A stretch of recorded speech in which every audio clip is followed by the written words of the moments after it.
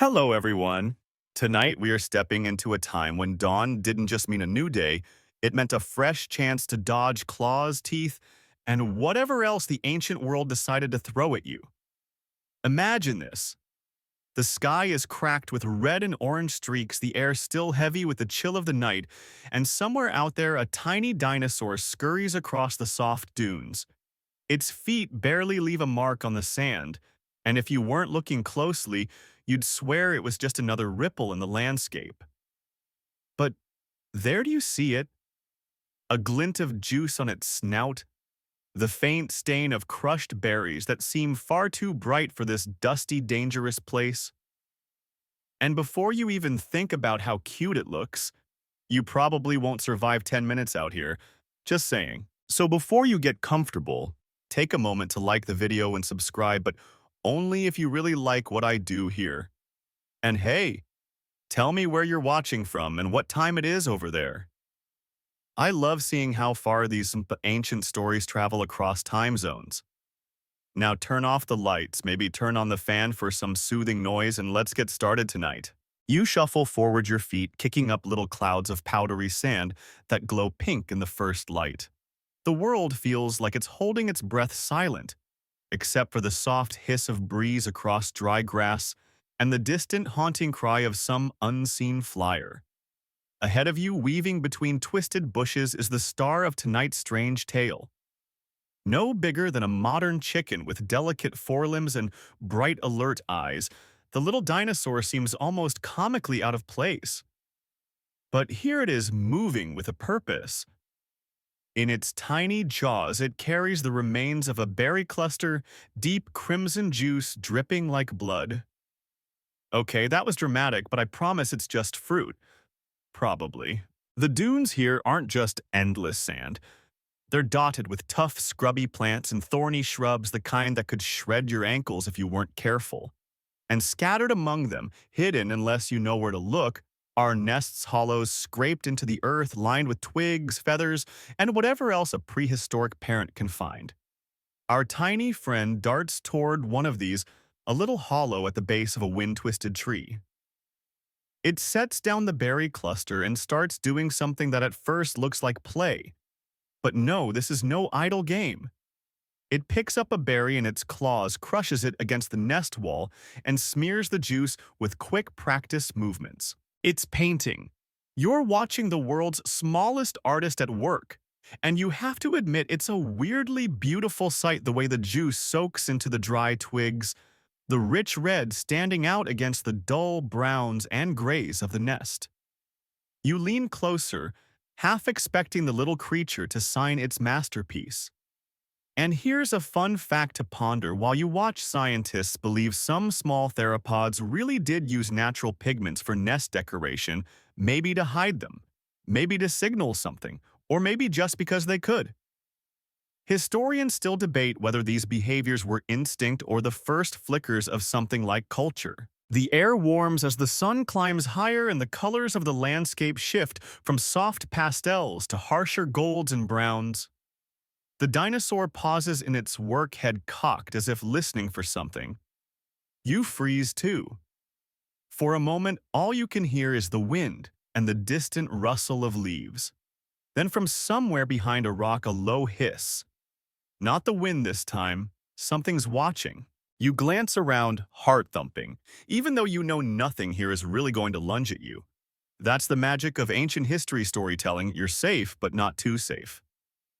And they're just at the edge of sight. A long, sinuous shape moves between the bushes. A predator drawn by the smell of crushed fruit, or maybe by the frantic little noises of the berry painter. It slides closer, scales glinting faintly in the growing light, tongue flicking out to taste the air. Meanwhile, the tiny dinosaur doesn't run. Instead, it presses another berry into the nest wall, smearing the juice in wider arcs faster now. It's like it's racing the predator, trying to finish before the danger arrives. And that's when you notice something else. The pattern it's making isn't random. The smears form uneven, jagged lines like cracks in stone or the veins of a leaf. Almost like camouflage. Could this little creature have figured out how to disguise its nest with paint? Historians still debate whether this was conscious design or just a happy accident of instinct. But in this moment, it feels like you're watching a mind at work. Your gaze drifts up to the sky where a pair of pterosaurs glide silently overhead. They're not interested in what's happening down here. They're on the hunt for fish or maybe just enjoying the early thermals.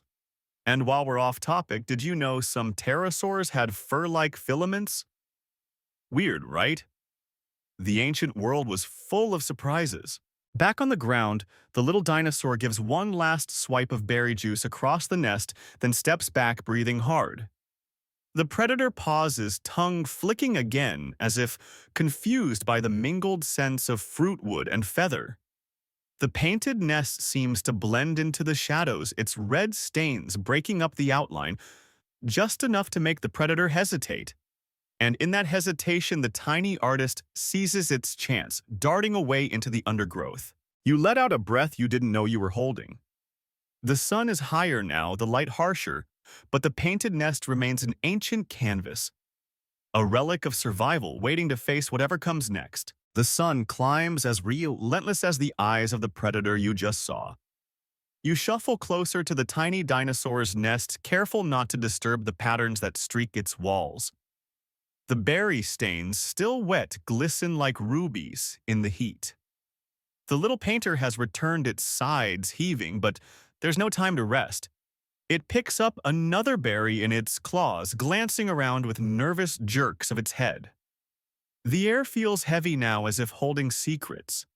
And in a way it is, because this isn't just decoration. This is strategy survival, maybe even art. You crouch watching as the creature smears the juice in wide arcs, using the nest like a canvas. The scent of berries is thick and sweet, masking the musky odor of the dinosaur itself.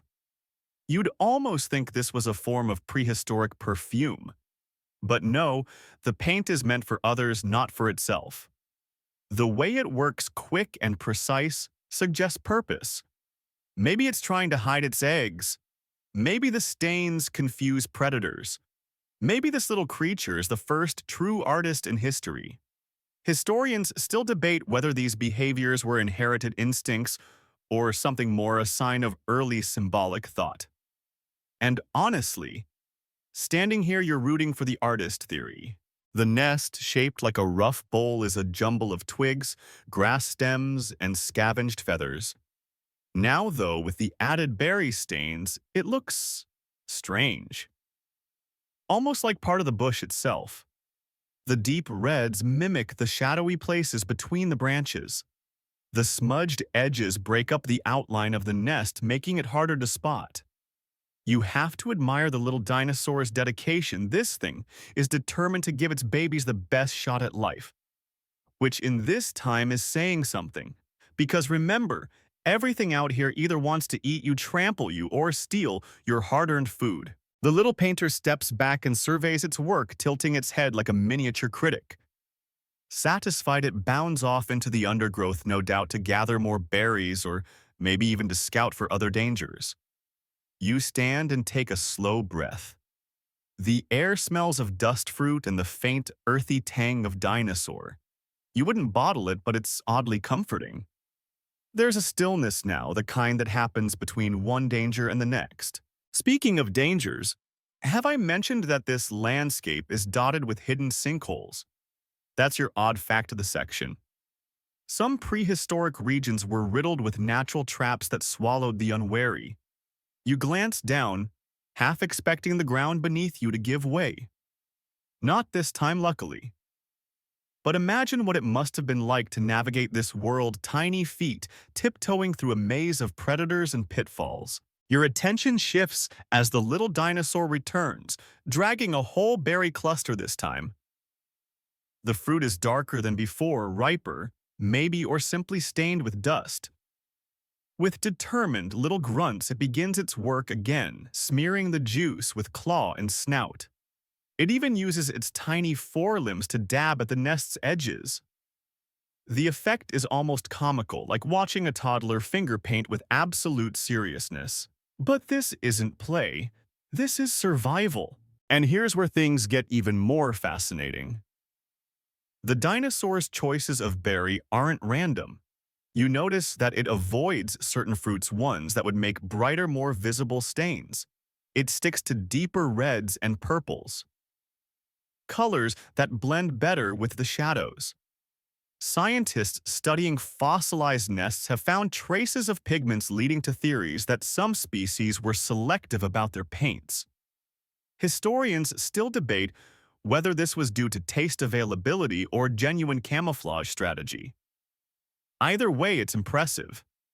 You're looking at one of the earliest examples of a creature modifying its environment with deliberate care. A breeze stirs the branches above you, sending a flurry of dust and dry leaves across the ground.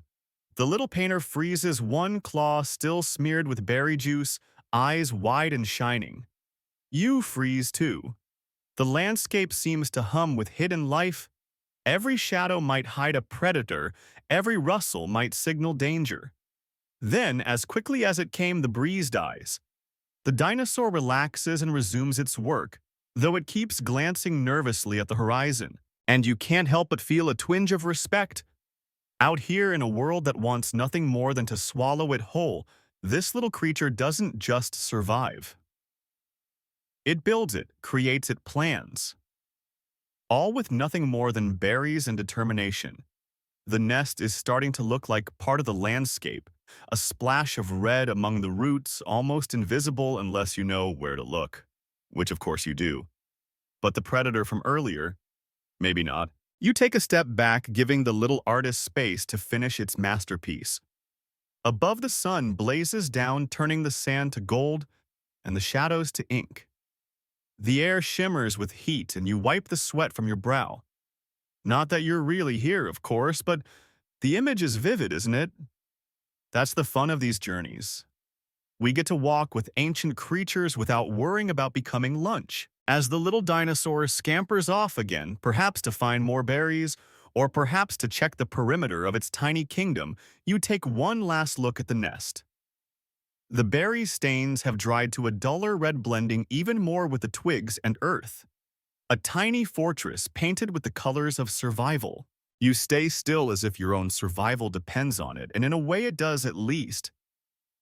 If you want to keep watching this drama unfold, the little dinosaur has vanished into the scrub for now, but you know better than to think the world has quieted. The predator's shadow still creeps across the sand, long and thin, like a crack in the earth itself.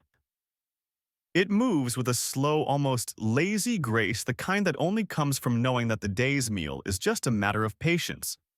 You squint, trying to make out its shape more clearly. A snake. No, not quite. It slithers, but there's a stiffness to it, a glint of primitive scales that catches the morning light. It could be one of those early serpentine reptiles, part lizard, part nightmare. You feel your pulse quicken, even though, let's be honest, you're perfectly safe. But it's hard not to get drawn into the tension of the scene. The nest, now painted with berry stains, sits in plain sight, and yet not. The red smears blend with the thorn bush's own berries. The twigs look like part of the scrub. You can almost see the confusion in the predator's eyes. It pauses, flicks its tongue, and hesitates. Historians still debate whether such predators hunted by sight or scent or some strange mix of both. But right now you're hoping it's sight, because that painted nest is working better than any modern camouflage net. The creature slides closer, its belly barely brushing the sand. A sudden breeze stirs the dry grass, making the world dance with flickering shadows. The predator freezes, unnerved. And here's a strange little fact: while we wait, in some ancient ecosystems, small reptiles like this weren't just hunters, they were prey too for things even bigger and nastier. It's a food chain that never quits. You glance up, half expecting a larger shadow to blot out the sun, but no, just the endless blue and the buzz of prehistoric insects. The predator inches forward again. You can see the flicker of its tongue tasting the air, trying to separate berry scent from dino scent. The nest sits motionless, a masterpiece of deception, and for a long, agonizing moment, the world seems balanced on the edge of discovery. Then from the bushes, the painter returns. It's got another berry in its jaws, but it stops cold when it spots the intruder. For a heartbeat, neither moves. And then the tiny dinosaur does something unexpected. Instead of bolting, it drops the berry stamps on it with one claw and smears the juice across a nearby rock. It's like a living distraction, a decoy artist. The predator's attention shifts just slightly to the fresh stain. Maybe it thinks another meal is hiding there. Maybe it's just curious. Either way, that hesitation is all the little painter needs. With a chirp that sounds suspiciously like a prehistoric swear word, it darts into the undergrowth, leading the predator away. You follow at a distance, careful not to disturb the fragile balance of the chase. The predator moves faster now, hunger overcoming caution, but the tiny dinosaur is quick, dodging between roots, diving under low branches, vanishing and reappearing like a feathered ghost. The nest, forgotten for now, sits safe behind you, its painted walls blending perfectly with the berry-dotted scrub. And as you walk, you can't help but marvel.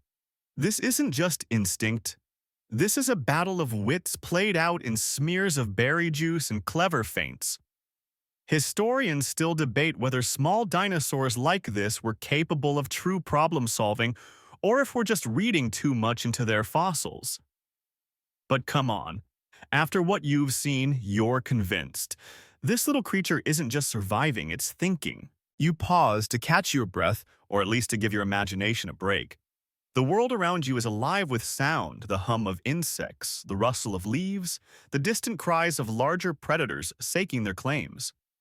The sun climbs higher, burning away the last of the dawn chill. The sand underfoot is hot now, and the air smells of dust berries and that unmistakable tang of life on the edge. Somewhere ahead, you hear the crackle of undergrowth as the chase continues, but you know the little painter has the upper claw in this game. And here's a fun off-topic tidbit for you while we wait for the action to pick up again. Did you know some ancient berry species had seeds that could survive being buried for centuries, waiting for just the right conditions to sprout? Nature's version of hitting the snooze button. Imagine that a berry lying in wait, while the world changes around it, much like this nest waits painted and hidden as predators come and go. The predator gives up at last, slinking back toward the nest, but the fresh berry stain on the rock confuses it further. It circles, sniffing, tasting, but the trail leads nowhere. Frustrated, it flicks its tongue and melts into the shadows, off to find easier prey. The little dinosaur, watching from the safety of a thicket, lets out a soft trill. Victory, at least for now. You return to the nest, studying the patterns again. The berry stains have dried into deeper reds and browns, blending even more with the surroundings. A tiny, ancient work of art, functional, beautiful, and life-saving. You can't help but feel that you've witnessed something rare tonight, not just survival, but creativity. The kind that would one day lead to cave paintings, to sculpture, to stories like this one. The morning stretches on, and with it comes a heat that shimmers across the sand, making the horizon wobble like a mirage. You brush grit from your hands and keep pace with the tiny dinosaur now creeping back toward its painted nest. It moves cautiously, each step slow and measured, as if it knows the danger hasn't passed. And you can't blame it, because just as the little creature reaches the shelter of its thorny bush, another shadow falls across the ground. A long, sinuous shape gliding low and silent. The predator has doubled back, curiosity or hunger drawing it for one last try. But this time the dinosaur doesn't run. It stands its ground, tail stiff, tiny forelimbs raised in a defensive posture. You can almost hear it thinking, or at least hoping, that the nest's berry-stained disguise will do its job. And here's where things get interesting. Instead of striking, the predator pauses, tongue flicking the air, its eyes scanning the mess of red smears and twig patterns. It circles, puzzled. The painted nest breaks up the lines of the hollow so well that from a predator's low angle, it just looks like part of the bush. You watch, holding your breath. The predator lunges not at the nest, but at a clump of nearby grass that twitches in the breeze. A miscalculation. The little dinosaur seizes its chance. With surprising speed, it darts forward, grabbing a fresh berry that had rolled loose during the commotion. It slams the fruit against the nest, smearing more juice in frantic arcs. The predator jerks back, startled by the sudden movement, and you could swear the dinosaur almost smirks. Okay, maybe that's your imagination, but still, it's a brilliant move. A splash of color, a flash of motion, enough to confuse, to distract, to buy precious seconds. Historians still debate whether these berry-painted nests were a common defense or a rare behavior limited to certain clever individuals. But as you watch this little artist work, you're convinced. This is more than instinct. This is strategy honed by generations of survival in a world that offers no second chances. The predator, now thoroughly confused, gives up the game. With one last flick of its tongue, it slides off into the undergrowth, seeking easier prey. The little dinosaur collapses onto its belly sides, heaving, eyes darting. You can feel the tension ebb from the scene like a tide going out. The air seems lighter, the world less sharp-edged. For now, at least the nest and its painter have won. You crouch beside the nest, studying the design. The berry juice, now drying in the heat, has darkened to a deep maroon, blending perfectly with the shadows of the bush. The pattern is chaotic at first glance, but the more you look, the more sense it makes. Streaks that mimic veins of leaves, blotches that break up the nest's outline, smudges that draw the eye away from the center where the precious eggs must be. A masterpiece of prehistoric camouflage. And here's a neat little off-topic fact for you. Some modern birds use similar tricks, weaving colored materials into their nests to throw off predators. Nature repeats its best ideas, it seems. The little dinosaur watches you with wary eyes, as if daring you to judge its work. And you have to admit, it's impressive. Not just the art itself, but the courage, the quick thinking, the refusal to give up when everything says run. You can't help but root for the tiny painter. It's the ultimate underdog, clawing out a place for its future with nothing but berries and nerve. The sun blazes higher and you wipe sweat from your brow. The heat brings out new scent, sap from cracked branches, the sweet rot of fallen fruit, the dusty musk of ancient soil. Somewhere above, a pterosaur circles lazily, wings casting fleeting shadows on the ground below. It's hunting fish in a dry riverbed, ignoring the tiny dramas playing out on land. You glance at the nest again, marveling at how easily it vanishes into its surroundings now. Historians still debate whether the predators of this age were fooled by such tricks, but standing here, you'd bet on the little dinosaur every time. A breeze stirs the bush and the nest sways just enough to look like part of the plant. The effect is perfect. You almost lose sight of it yourself and you know exactly where it is. The little painter, satisfied at last, settles down beside its creation, curling its tail protectively around the base. Its eyes stay half open, watching, waiting, ready for whatever the world might throw at it next. And as you take a slow step back, giving the creature its space, you can't help but feel you've witnessed something extraordinary. Not just survival, but a kind of ancient intelligence, a problem-solving mind at work in a world of tooth and claw. You turn, leaving the little artist to its rest, the nest to its disguise, and the berry stains to dry in the harsh, prehistoric sun. The air thickens with the promise of rain, that charged stillness that comes before a storm. You glance up, noting how the sky has darkened at the edges, clouds piling like ancient mountains ready to collapse. The little dinosaur lifts its head too, sensing the shift the way all wild things do. The wind picks up, carrying with it the earthy tang of wet stone and distant thunder. But before the downpour comes, the world delivers another surprise, one you didn't see coming, and neither did the tiny painter. From the horizon, a swarm of insects rides the wind, their wings humming like 1,000 tiny drums. They're bigger than you'd expect, some nearly the size of your hand, their bodies armored in dull greens and browns. They're not here for you, of course, but for the shelter the painted nest might offer. Driven by instinct, by the need to escape the coming rain, they descend in a cloud of flickering wings and twitching legs. The little dinosaur freezes eyes wide as the first of these prehistoric pests lands clumsily on a twig near the nest. Now, here's a curious historical fact to chew on. Fossil evidence shows that during certain prehistoric periods, insect populations exploded in the warm, wet seasons, creating literal plagues of bugs that could darken the sky. Historians still debate whether these swarms shaped the behavior of small dinosaurs, forcing them to adapt in clever ways or face constant harassment.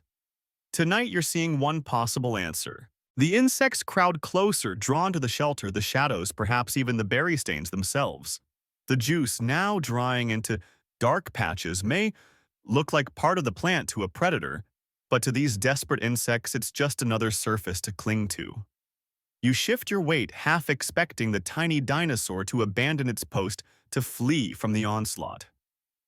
But no, it stands firm, tail, flicking head, darting to snap at the closest intruders. Its jaws catch one of the bugs mid-flight, a juicy snack if nothing else. A small victory in a night that promises only chaos. The storm announces itself with a deep rumble, the kind that you feel more than hear, a vibration that rises up through the soles of your feet. The insects panic, their ordered swarm breaking into messy clusters, wings beating frantically as they try to find cover. Some vanish into crevices, some cling stubbornly to the nest's twigs, and some get snapped up by the little painter who takes advantage of the free feast. And here's an odd fact to brighten the mood: certain prehistoric insects are thought to have glowed faintly in the dark, like ancient fireflies. Imagine that this stormlit scene might once have sparkled with eerie green points of light, the air itself alive with tiny lanterns. Nature knows how to set a mood, doesn't it? The rain comes suddenly, as it always does in stories like this. Fat drops splatter the sand, turning dust to mud, drumming on leaves on your shoulders on the little dinosaur's painted nest. The berry stains, hardened by the heat, resist the first wave of water, holding their color, their disguise. But how long will that last?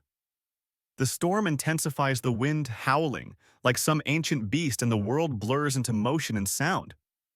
You crouch low, watching as the nest weathers the onslaught, as the painter huddles close to its creation, unwilling to abandon what it fought so hard to build. The insects, for the most part, are gone, swept away by the storm or driven into the deepest shadows. The nest remains a testament to stubbornness and ingenuity, though the berry paint now runs in streaks, adding new patterns to the chaotic design. You can't help but admire it. Even in ruin, there's art here. Even in the storm's fury, there's a kind of defiance that speaks across the ages. Historians still debate whether nests like this were passed down through generations as examples to follow, or if each tiny artist learned the craft on its own, driven by the demands of its moment. The rain eases at last, leaving the world clean and shining. The nest, battered but intact, still clings to its bush. The little dinosaur shakes itself, sending droplets flying, and surveys the damage. And you, standing there, soaked and awed, feel like you've witnessed a small miracle, not just survival, but the triumph of will over a world that seems designed to crush it at every turn. You step back, letting the scene fade as the storm moves on, leaving behind only the smell of wet earth, the glitter of raindrops on leaves, and the memory of a tiny painter who refused to run. The world is hushed now, as if the storm wrung the noise from it. You stand ankle-deep in mud, watching as the tiny dinosaur surveys its painted nest. The berry stains, though smudged by the rain, have left behind streaks and patches that catch the soft light in curious ways. The dawn's crimson has given way to the silver glow of a washed, clean morning, and with it comes a strange illusion. The nest seems to shimmer. Not bright or obvious, just a subtle, shifting pattern that makes it hard to focus on, as if your eyes want to slide right off it. The little dinosaur seems to notice too. It tilts its head, blinking at the odd play of color and shadow on the wet twigs. And here's where things get downright fascinating. Certain pigments, especially those from prehistoric berries, might have interacted with moisture in ways we barely understand. Some may have contained natural oils or minerals that created iridescent effects when damp. Historians still debate whether these shimmering patterns were accidental or whether our tiny artist actually chose berries for this very trick. But standing here watching the nest glow and shift like a mirage, it's easy to believe in intention. You shift your weight, the mud squelching under your feet, and take in the scene. The storm has left behind more than mud and broken branches. It's scattered the landscape with fresh debris, fallen fruit-snapped twigs. Even the odd ancient feather drifted down from some unseen flyer. And among it all, the nest stands out even as it blends in. That sounds like a contradiction, I know, but you'll see what I mean. The berry stains, now spread and smeared by rain, create patterns that mimic the play of light through leaves. The nest doesn't just look like part of the bush, it looks like the shadow of the bush, a trick of light and color that confuses predator and prey alike. A rustle draws your gaze. Something small. Maybe another insect, maybe a rodent emerges from a tangle of roots, pauses, and then darts away fooled, perhaps by the nest's shifting disguise. The little dinosaur watches it go, tail twitching. You can almost see the wheels turning in that tiny head. The nest isn't just protection. It's a living tool evolving with every splash of rain and smear of berry juice. And because I can't resist sharing strange facts, some prehistoric plants secreted natural resins that hardened on exposure to water, creating protective coatings. Imagine a berry juice mixed with just a bit of that resin, a primitive varnish sealing the colors in place. Nature had all the ingredients for artistry long before we came along to give it a name. The little painter steps closer to its creation claws, tapping gently at a twig here, a bit of dried grass there, adjusting, perfecting. It seems almost satisfied now, the frantic urgency of earlier replaced by quiet focus. The storm tested its work, and the nest endured. Historians still debate whether such nests served purely as camouflage or whether they signaled something more: territory, fitness, a warning to rivals. But tonight, or rather this ancient morning, it seems the purpose was simple: survive. And survive it has. The air smells fresh, the kind of clean you only get after rain, mixed with the faint tang of berries and mud. You close your eyes for a moment, letting the sound of dripping leaves and distant calls wash over you. Somewhere a pterosaur shrieks unseen behind the canopy, a reminder that not everything has been washed away. Danger still lurks. The nest's disguise, its painted patterns and shimmering lines will need to hold. You open your eyes and take one last look at the masterpiece before you. The nest, once just a hollow and some twigs, has become a thing of subtle beauty, streaked with color, textured with mud and rain, hidden in plain sight. The little dinosaur gives a final, almost ceremonial swipe of its snout, along one edge adding a fresh smear of berry juice where the rain washed too much away. And with that, it settles down beside the nest, eyes half-lidded but always watching. You step back, careful not to disturb the delicate balance of the scene. The shimmering nest, the patient painter, the world holding its breath. You've seen something rare tonight. Not just the instinct to survive, but the will to adapt, to create, to outwit the endless jaws and claws of prehistory, with nothing more than berries, mud, and cleverness. The breeze has shifted cooler now, carrying with it the scent of distant water and the soft promise of more rain. But before that promise is fulfilled, the next challenge emerges, quiet at first. Just a subtle crackle of undergrowth that barely registers over the drip of rain from leaf to leaf. You don't see the newcomer at first. Neither does the tiny dinosaur still resting beside its painted masterpiece. But then a shape resolves itself among the low bushes, another of its kind. But this one is larger, with deeper scars along its snout and a hungrier gleam in its eyes. You feel the tension ripple through the scene, as if the world itself holds its breath again. The little painter rises slow and cautious, tail-stiff claws flexing in the wet earth. The larger rival steps closer, nostrils flaring as it takes in the sense of berry mud and something more, the presence of another, the claim laid upon this patch of ground. Historians still debate whether these small dinosaurs were strictly solitary or if they formed loose groups with shifting alliances and rivalries. Tonight, you're watching that debate play out in real time. The larger dinosaur lowers its head, sniffing at the nest at the painted walls, at the clever camouflage that kept it safe from snakes and storms. But this isn't a predator. This is a competitor. And it's interested not in the nest, but in the work itself and the idea that here in this tangled patch of scrub and shadow, someone has built something worth fighting over. The little painter chirps softly, a sound somewhere between warning and plea. The larger rival answers with a low hiss, stepping forward, emboldened by size, if not by wit. You can't help but feel a flicker of sympathy for the tiny artist. It fought off predators, outwitted storms, painted a masterpiece, and now this.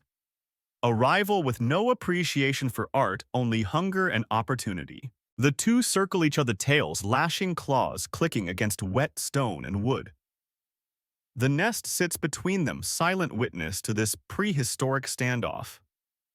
The berry stains, smudged and streaked by rain, catch the light of the weak sun filtering through the clouds.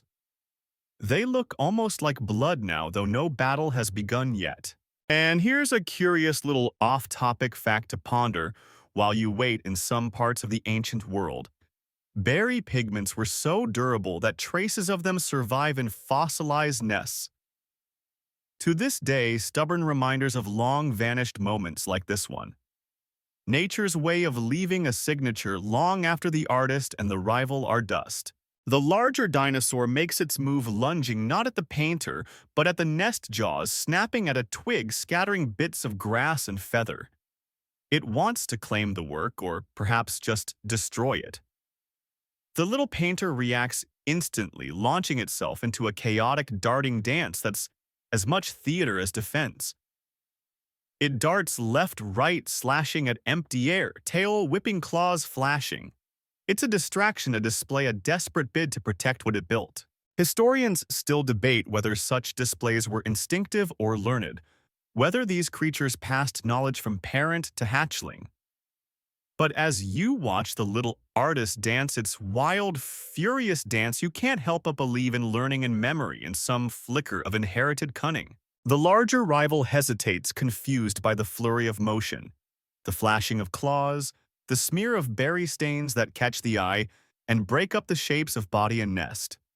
It steps back wary now, unsure whether this prize is worth the risk. The tiny painter presses the advantage, chirping sharply, driving forward with more courage than size should allow. The rival snarls, snaps at the air, and then with a final flick of its tail retreats into the undergrowth, vanishing like a bad dream at dawn. And you let out a slow breath, realizing you'd been holding it. The little dinosaur stands alone again, victorious, if only for a moment. The nest is battered but intact, the berry stains more chaotic than ever, but somehow more beautiful for it. A messy living testament to survival in a world that never stops testing you. You step back once more, letting the tiny painter reclaim its place beside the nest, letting it savor its hard-won peace, however brief. The breeze stirs the bushes, carrying away the last scent of the intruder, bringing with it the clean smell of coming rain. And above, the sky darkens again, ready for the next act. The world feels like it's holding a long, slow breath as the tiny dinosaur surveys its battered domain. You can see it tremble, not from fear, no, not after what it's just pulled off, but from the sheer effort of defending what it's built. The nest, streaked now with berry stains, both deliberate and accidental, sits like a splash of abstract art at the base of the thorny bush.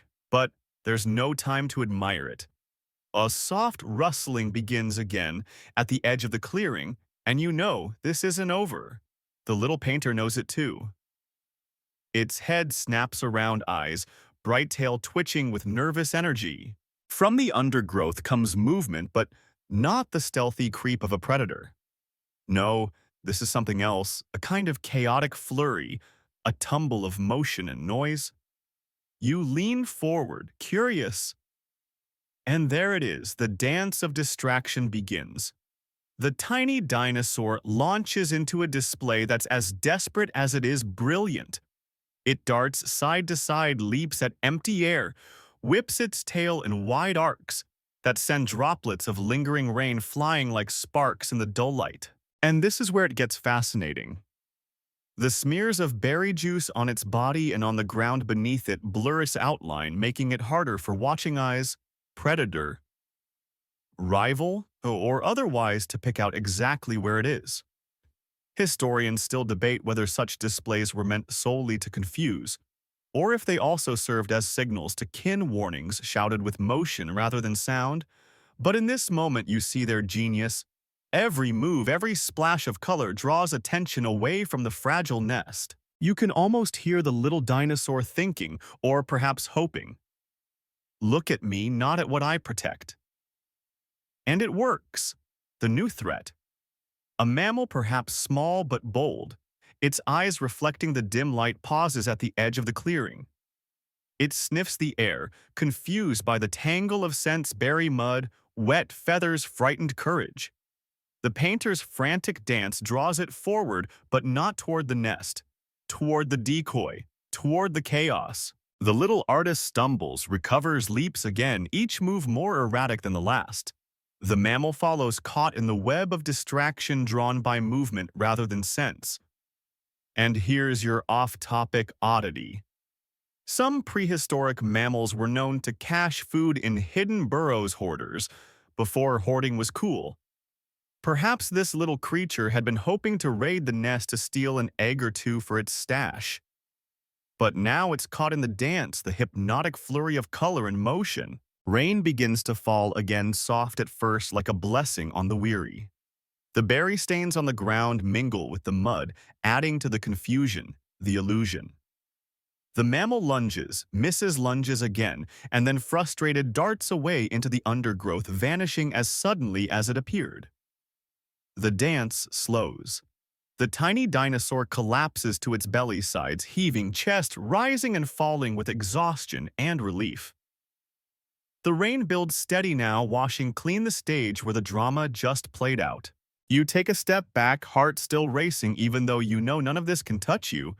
That's the power of these ancient moments.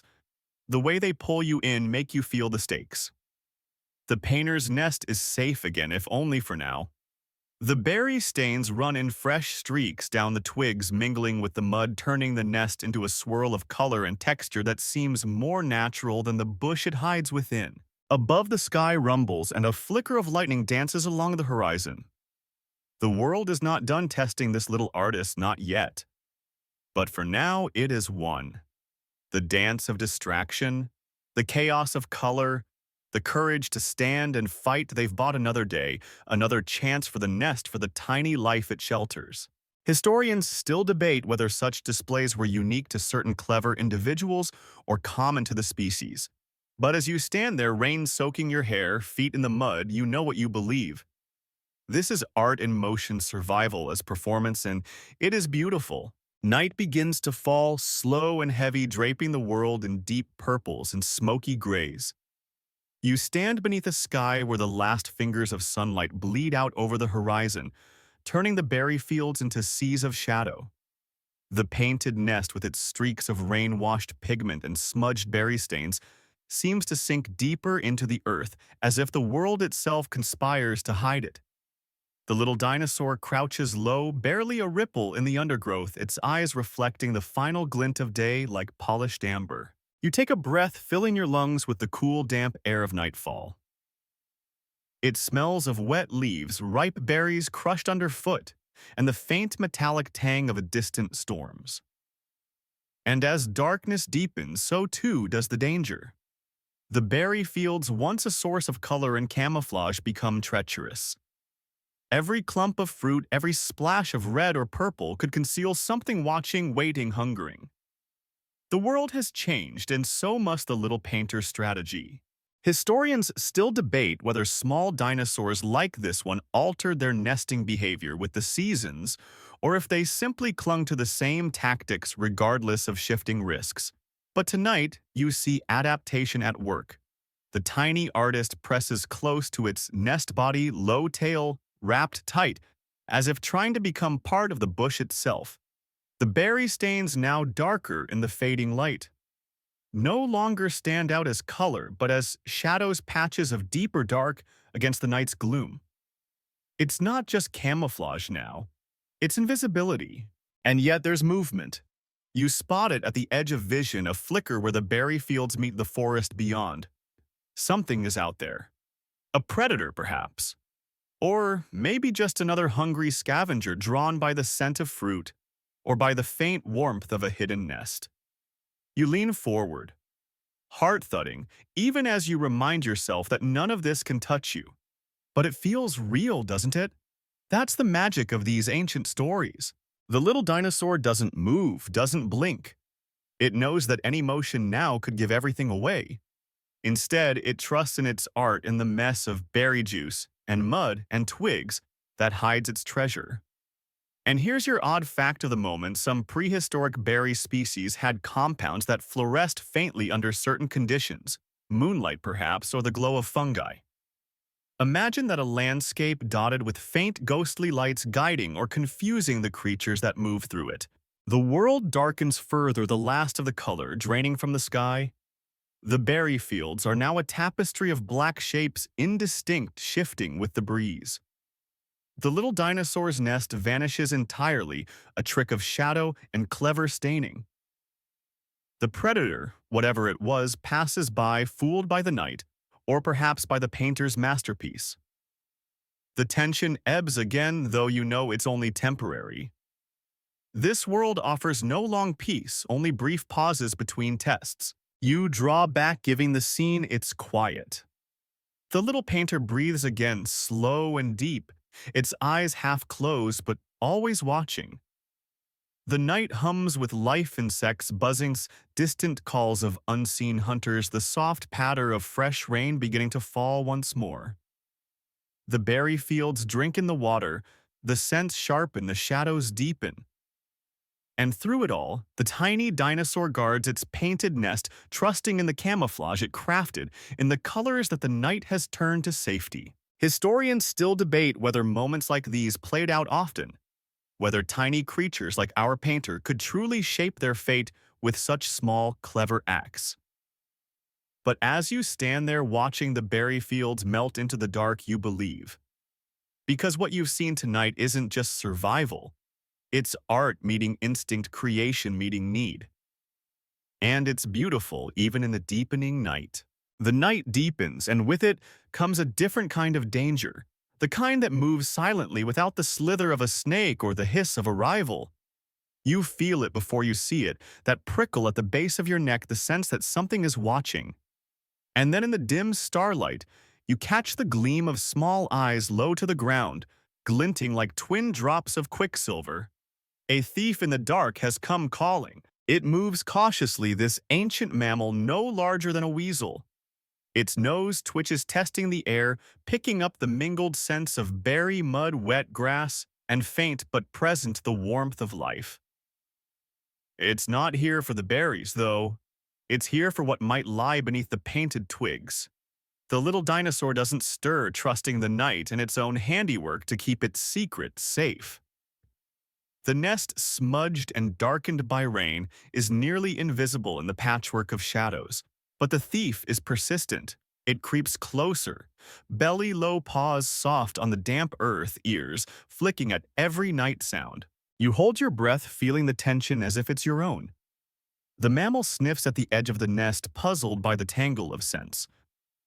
It paws at a twig, turns its head to listen, sniffs again. The berry stains throw it off the mix of fruit and mud, and leaf confuses the simple signals its nose expects.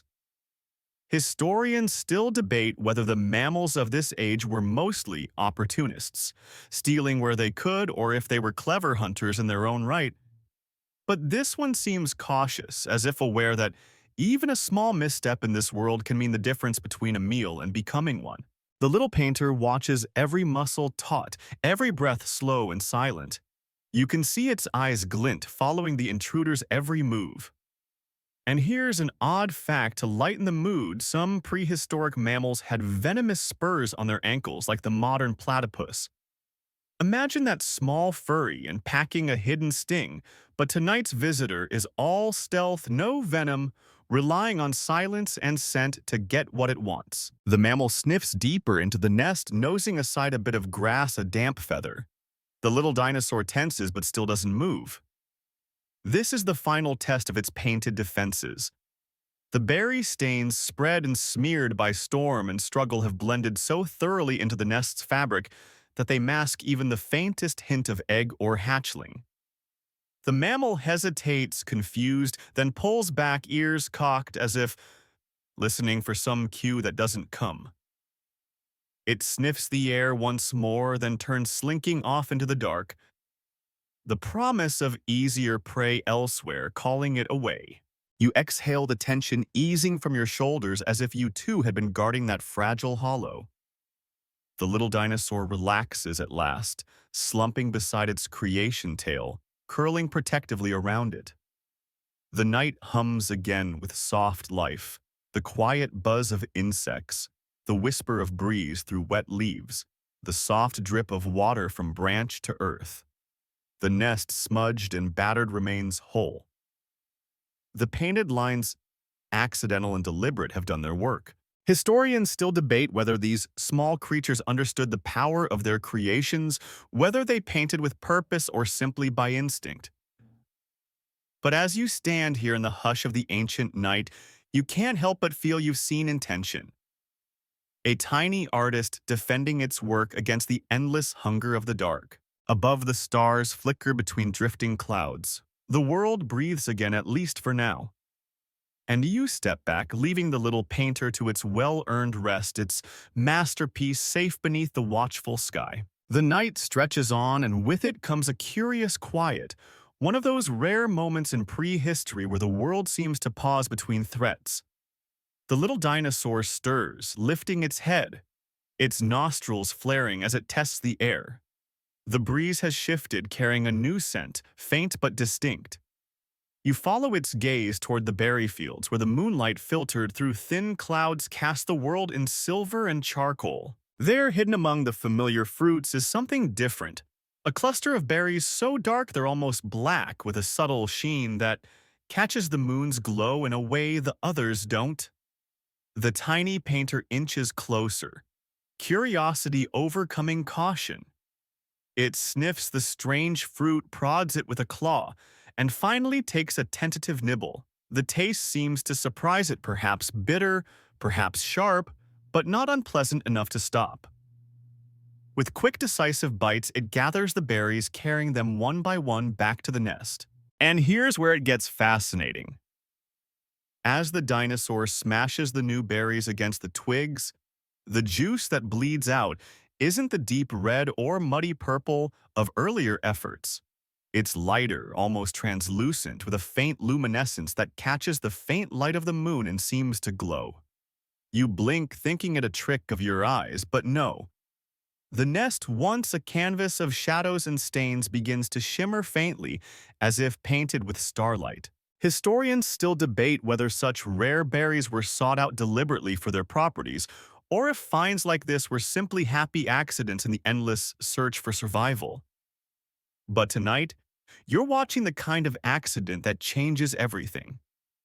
The painted nest, with its mix of dull and luminous stains, becomes something entirely new, something that not only hides but confuses, dazzles, deceives. The little dinosaur works quickly, smearing the glowing juice along the nest's rim, dabbing it between the twigs where the moonlight might catch it just so. The effect is subtle, but striking. The nest doesn't stand out, not in the way you might expect. Instead, it seems to flicker in and out of sight, blending with the shifting moon shadows, the gleam of wet leaves, the glint of dew on grass. A nest hidden not by color alone, but by the illusion of light. And here's your odd fact for the moment: some ancient fruits contained trace minerals that, when combined with certain types of soil or water, could indeed produce a faint natural glow. The ancient world had its own soft lanterns scattered among the roots and branches, waiting for creatures clever enough to use them. The little painter steps back, surveying its work, head tilted in that familiar way that suggests pride or perhaps relief. The nest transformed by the new pigment seems almost to hum with potential, a beacon and a blind at once. You can't help but marvel at the scene. Here is art born of chance survival, shaped by curiosity, a tiny act of creation that might change the odds in this endless game of predator and prey. The breeze shifts again, and with it comes the scent of rain, the promise of dawn. The little dinosaur curls beside its masterpiece tail, wrapped close, eyes half shuttered but still watching. Above the moon slips behind a cloud, and the glow of the nest fades to a memory hidden once more in the shadows. Historians still debate whether moments like this were common or rare, whether the artists of the ancient world knew the full power of their tools. But as you stand here, the night soft around you, you believe in the painter's genius. Because what you've witnessed isn't just instinct, it's discovery. And that more than anything is the mark of a true survivor. The night deepens further, as if the world itself has sunk into a deeper breath, a slower rhythm. You can feel it in the air, the hush that comes just before dawn, when even the predators pause, when the world waits to see what survived the night. And there at the heart of this quiet lies the tiny dinosaur's nest, transformed now by the luminous berry juice into something that seems to glow from within. Not bright, not obvious, just enough to trick the eye to make you doubt what you see. The little painter stirs its body damp from rain, its feathers matted but its gaze sharp. The glowing berry stains catch the faintest hint of moonlight, creating a nest that looks almost like a patch of reflected sky, a trick of shadows and shimmer. You shift your weight, trying not to disturb the scene, though of course nothing here can hear or see you. But the magic of this ancient moment is so strong you feel like even your breath might break it. And then, as if summoned by the very glow, it created another intruder appears. This one moves low and quick, a scavenger, perhaps a lizard-like creature with long toes and wide eyes that glint with hunger. It creeps forward, drawn by the faint light, by the promise of something new, something strange. Historians still debate whether such nocturnal hunters relied more on sight or scent, whether the faint glow of certain plants or prey helped or hindered them in the dark. But tonight you're watching that question play out. The little dinosaur freezes, heart pounding beneath damp feathers, as the lizard draws closer, fascinated by the shimmering nest. It steps carefully, tongue flicking the air, testing for scent, for warmth, for the sign of a meal. But the glow works its magic. The nest doesn't look like food. It doesn't look like a nest at all. It looks like water or sky or the play of light through wet leaves. The predator hesitates, puzzled. It circles once, twice, eyes narrowed, then slips away as if deciding the world holds easier mysteries to solve. The little painter lets out a breathy trill, relief or perhaps triumph. It steps forward, smearing another streak of luminous juice along the nest's rim, reinforcing the illusion, adding another layer to its strange masterpiece. And here's your off-topic oddity for this section. Some ancient reptiles had eye structures that could pick up ultraviolet light, seeing patterns and glows invisible to you and me. Imagine what that lizard saw tonight, a nest that flickered in colors beyond our understanding, a puzzle its senses couldn't quite crack. The rain begins again, gentle at first, soft enough to keep the glow alive. The luminous stains blur further, blending with the damp twigs, the mud, the glistening leaves. The nest becomes a thing of shadow and shimmer, a phantom patch of light that hides more than it reveals. You can't help but admire it. The painter's skill, the way chance and choice combine to create something that might just see its fragile contents through the night. Historians still debate whether such moments were common in the ancient world or rare jewels of survival lost to time, except in the faintest fossil traces. But standing here watching the tiny dinosaur settle beside its glowing nest, you feel the wonder of it. Because what you've seen isn't just instinct. It's creativity. It's the art of staying alive in a world where everything wants to take that life from you. The dawn is near.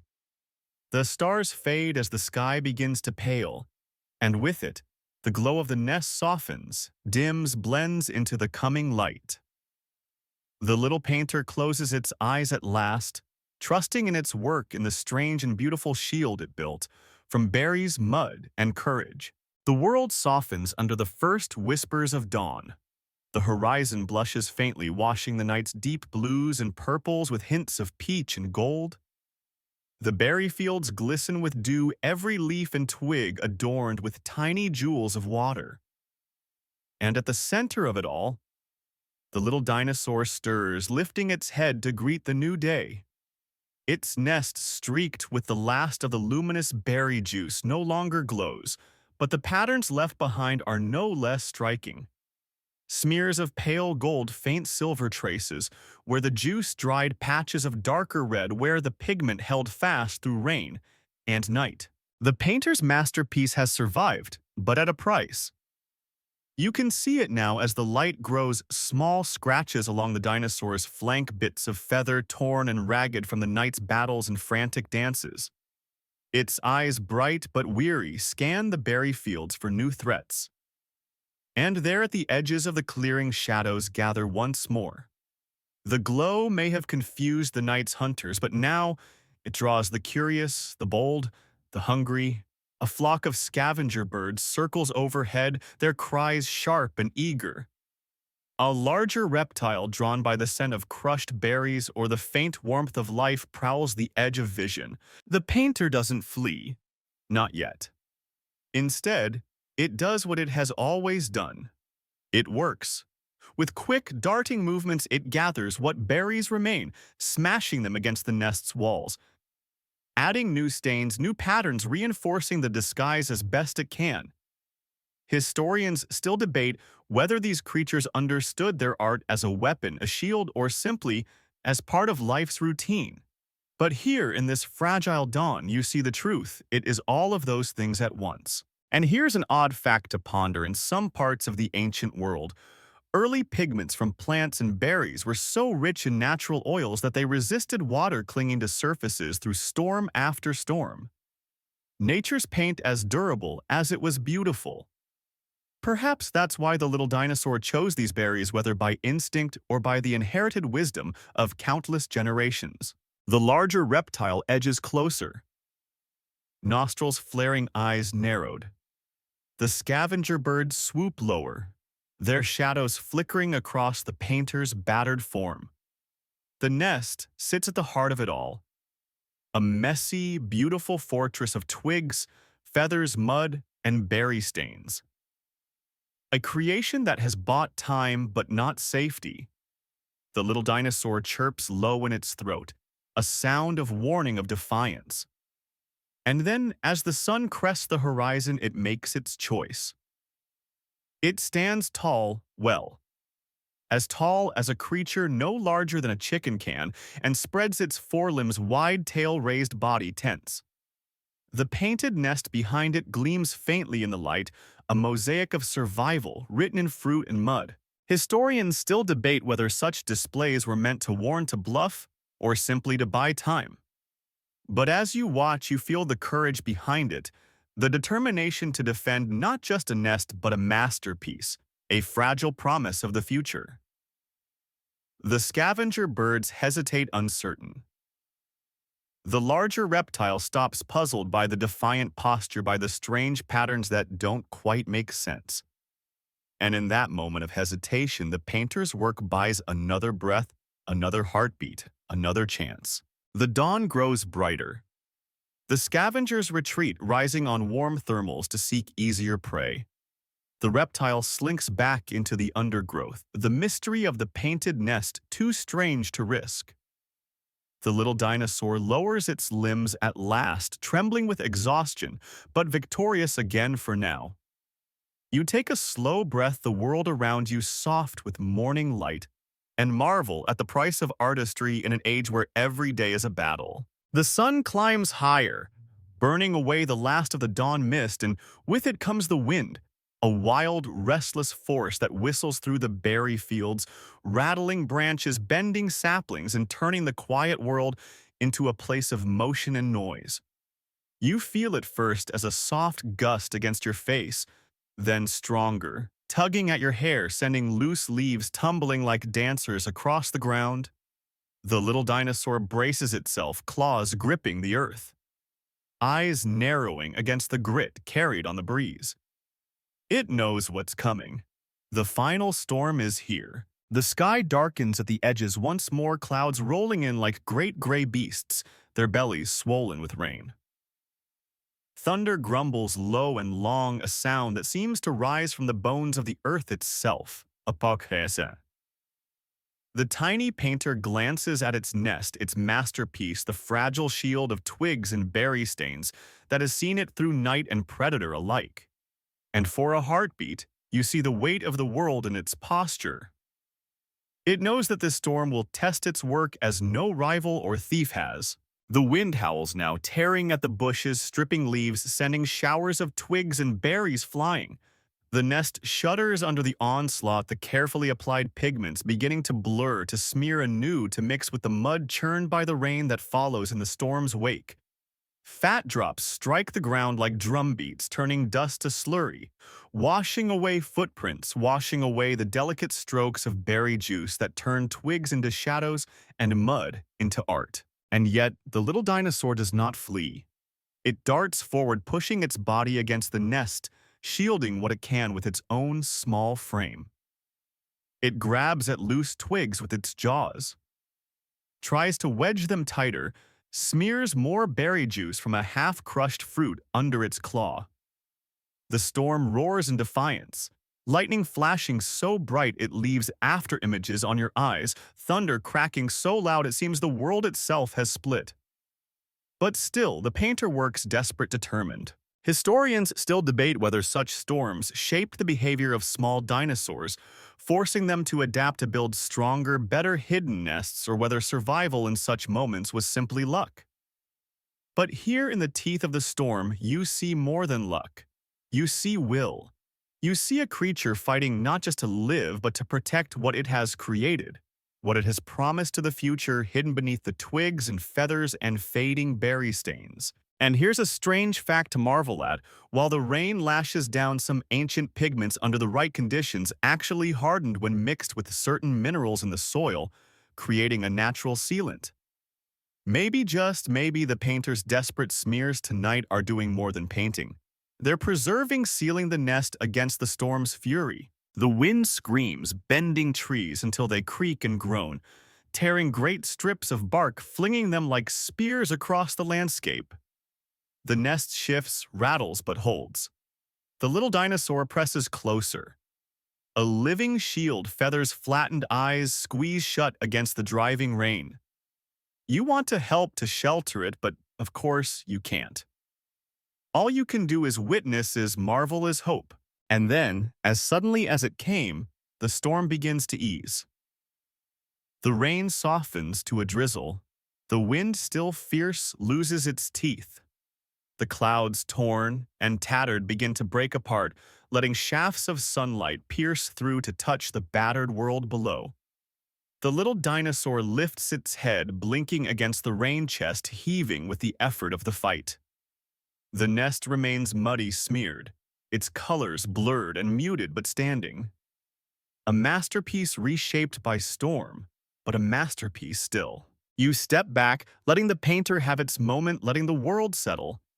The storm has tested them both, and they have endured. And in that endurance, you see the true price of artistry in an age ruled by toothclaw and tempest everything. And still, the painter gave it willingly. The storm is gone now, swept away beyond the horizon, leaving behind a world scrubbed clean and glistening in the early sun. You stand still, soaking it in the hush after chaos, the fragile peace that follows when nature has spent its fury. The berry fields shimmer with moisture droplets, clinging to every leaf and twig, catching the light and scattering it like tiny stars. And at the heart of it all, battered but unbroken, sits the little painter's nest. The tiny dinosaur lifts its head slowly, as if surprised to find itself still here, still breathing, still guarding the small patch of earth it fought so hard to defend. Its feathers are matted, its claws caked in mud, its body trembling with exhaustion, but its eyes are bright, alive, determined. It takes a slow step forward, then another, inspecting its work. The nest's paint is smeared and streaked, the careful patterns blurred by wind and rain. But the shape holds. The hollow remains. And within it, sheltered beneath the mess of twigs and mud and berry-stained debris, something stirs. A crack soft but unmistakable. Then another.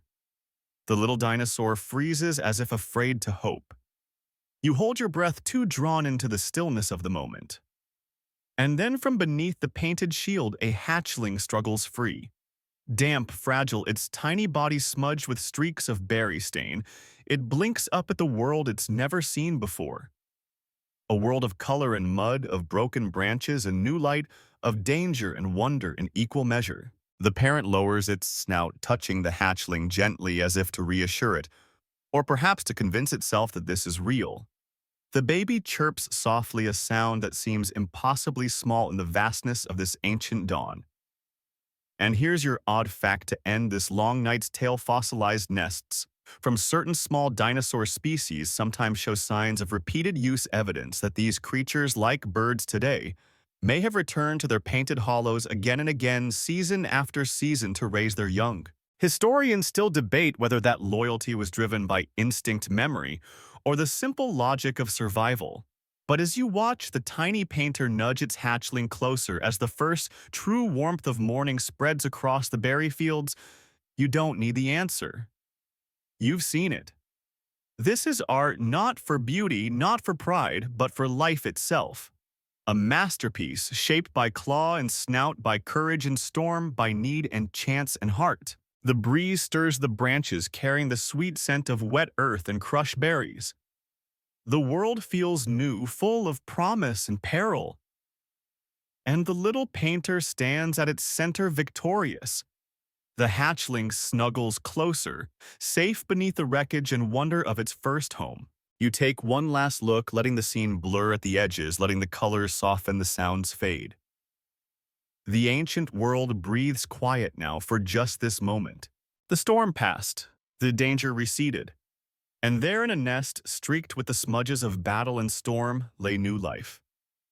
The tiny painter had succeeded not through strength or speed, but through art. Through the careful smearing of berry juice, through the clever blending of mud and twig and color, it had fooled the night's hunters, baffled the scavengers, and outlasted the fury of the storm. The dawn's light warmed the fields, glinting on wet leaves and painted twigs alike. The hatchling blinked at the brightness, sheltered beneath the battered masterpiece its parent had crafted. The little dinosaur, exhausted but triumphant, watched over its fragile prize, knowing that the world's tests were far from over, but for now, the danger had passed. And as you step back from the scene, letting it blur into memory, you feel the wonder of it settle softly around you. A story of survival, of creativity, of life carved from the jaws of destruction with nothing but courage and color. A whisper from a time long gone, reminding you that sometimes the smallest acts of creation are the ones that matter most.